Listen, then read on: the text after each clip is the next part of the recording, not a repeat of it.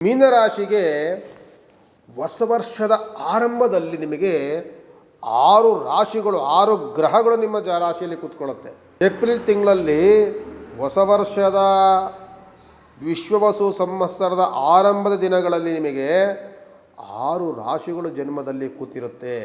ಈ 6 ರಾಶಿಯ ಫಲದಿಂದ ನಿಮಗೆ ಒಳ್ಳೆಯದು ಇದೆ ಮತ್ತು ಅದೇ ರೀತಿಯಾಗಿ ಕೆಟ್ಟದ್ದೂ ಇದೆ. ನಾನು ಹೇಳುವಂಥದ್ದು, ಈ ರಾಶಿಯವರಿಗೆ ಒಂದು ರೀತಿಯಾದಂತಹ ಆರೋಗ್ಯದ ವ್ಯತ್ಯಾಸವಂತೂ ಬದಲಾವಣೆ ಆಗಿರುತ್ತೆ. ಜನ್ಮದಲ್ಲಿದ್ದಂತಹ ಕೆಟ್ಟ ಗ್ರಹ ಬಿಡುಗಡೆ ಆಗಿರುತ್ತೆ. ಅವನು ರಾಹು ಗ್ರಹ. ನನ್ನನ್ನು ಬಿಡದೆ ಬೆಂಬಿಡದೆ ನನ್ನನ್ನು ಕಾಡಿ ಬೇಡಿ ಕಷ್ಟವನ್ನು ಕೊಟ್ಟಂಥವನ ವ್ಯಕ್ತಿಗಳು ಬದಲಾವಣೆ ಆಗ್ತಾರೆ. ಈ ಲೋಕದಿಂದಲೇ ಮರೆಯಾಗ್ತಾನವನು. ನಿಮ್ಮನ್ನು ಸಮಸ್ಯೆಯನ್ನು ಮಾಡಿದವರು, ನಿಮಗೆ ಕಷ್ಟವನ್ನು ಕೊಟ್ಟಂಥವರು, ನಿಮ್ಮ ಅವಮಾನವನ್ನು ಮಾಡಿದವಂತರು, ಅವಹೇಳನವಾಗಿ ಮಾತನಾಡಿದಂಥವರು ಇದರಿಂದಲೇ ನಿಮಗೆ ವಿಮುಕ್ತರಾಗ್ತಾರೆ. ಅವರು ನಿಮಗೆ ಕಣ್ಣಿಗೆ ಕಾಣಿಸೋದಿಲ್ಲ. ಆದರೆ ಮೀನರಾಶಿಯವರಿಗೆ ಜನ್ಮದಲ್ಲಿ ಕೂತಿರುವಂತಹ ಶನಿಗ್ರಹ ಏನು ಮಾಡೋದಕ್ಕೂ ನಿಮ್ಮನ್ನು ಬಿಡೋದಿಲ್ಲ. ಮದುವೆ ಮುಂಜಿಗಳಂತೂ ಆಗುತ್ತೆ, ಮನೆಗಳಲ್ಲಿ ಶುಭ ಕಾರ್ಯಗಳಾಗತ್ತೆ, ಅದಕ್ಕೆ ಶನಿ ಅಡ್ಡ ಬರೋದಿಲ್ಲ. ಮನೆ ಕಟ್ಟುವಂಥ ಯೋಗವನ್ನು ತಂದು ಕೊಡ್ತಾರೆ, ಶನಿ ಅಡ್ಡ ಬರೋದಿಲ್ಲ.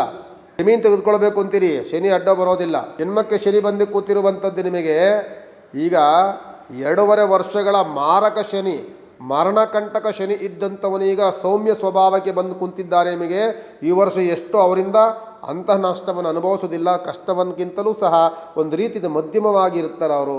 ಶನಿ ಬಂದು ಕೂತಾಗ ಮಾರಕ ಶನಿಯಾಗಿದ್ದ, ಕಂಟಕ ಶನಿಯಾಗಿದ್ದ, ಸಮಸ್ಯೆಗಳನ್ನು ತಂದು ಕೊಡ್ತಿರುವಂಥ ಶನಿ ಕೋಪ ಈಗ ಕಡಿಮೆ ಆಗಿದೆ. ನಿಮ್ಮ ಕೋಪ ಈಗ ಎಷ್ಟೋ ಕಡಿಮೆ ಆಗುತ್ತೆ. ದುಡುಕಿ ಮಾಡುವಂಥ ಕೆಲಸ ಕಾರ್ಯಗಳು ಕಡಿಮೆ ಆಗುತ್ತೆ. ಕೋಪದಿಂದ ನುಡಿಯುವಂಥ ಮಾತುಗಳಿಗೆ ಆಲೋಚನೆ ಮಾಡಿ ಮಾತನಾಡುವಂಥ ಒಂದು ಮನಸ್ಥಿತಿ ಅಂತೂ ಖಂಡಿತವಾಗಿ ಮೀನರಾಶಿಯವರು ಬರುತ್ತೆ. ಆದರೆ 6 ಗ್ರಹಗಳಿದೆಯಲ್ಲ, ಬುಧ ಗ್ರಹ, ರವಿ ಗ್ರಹ, ಕುಜ ಗ್ರಹ, ಶುಕ್ರ ಗ್ರಹ, ಇವೆಲ್ಲ ರಾಹು ಗ್ರಹ, ಇವೆಲ್ಲವೂ ಸಹ ಒಂದಲ್ಲ ಒಂದು ಗೊಂದಲಮಯವನ್ನು ತಂದು ಕೊಡ್ತಾರೆ. ನಿಮಗೆ ಒಂದು ರೀತಿಯಾದಂಥ ಮೈಂಡ್ ಟಾರ್ಚರನ್ನು ತಂದು ಕೊಡ್ತಾರೆ.